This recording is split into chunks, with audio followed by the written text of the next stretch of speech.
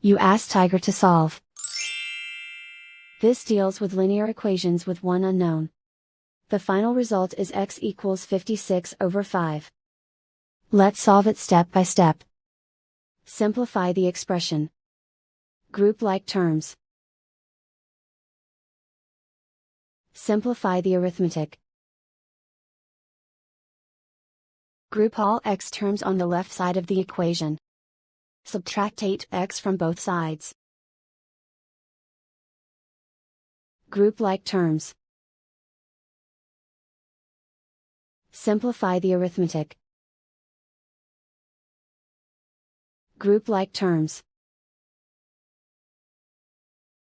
Simplify the arithmetic. Group all constants on the right side of the equation. Subtract 41 from both sides.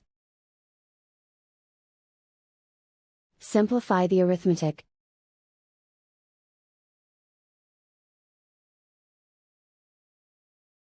Isolate the x. Divide both sides by -5. Cancel out the negatives. Simplify the fraction. Cancel out the negatives. And so the final result is x equals 56/5.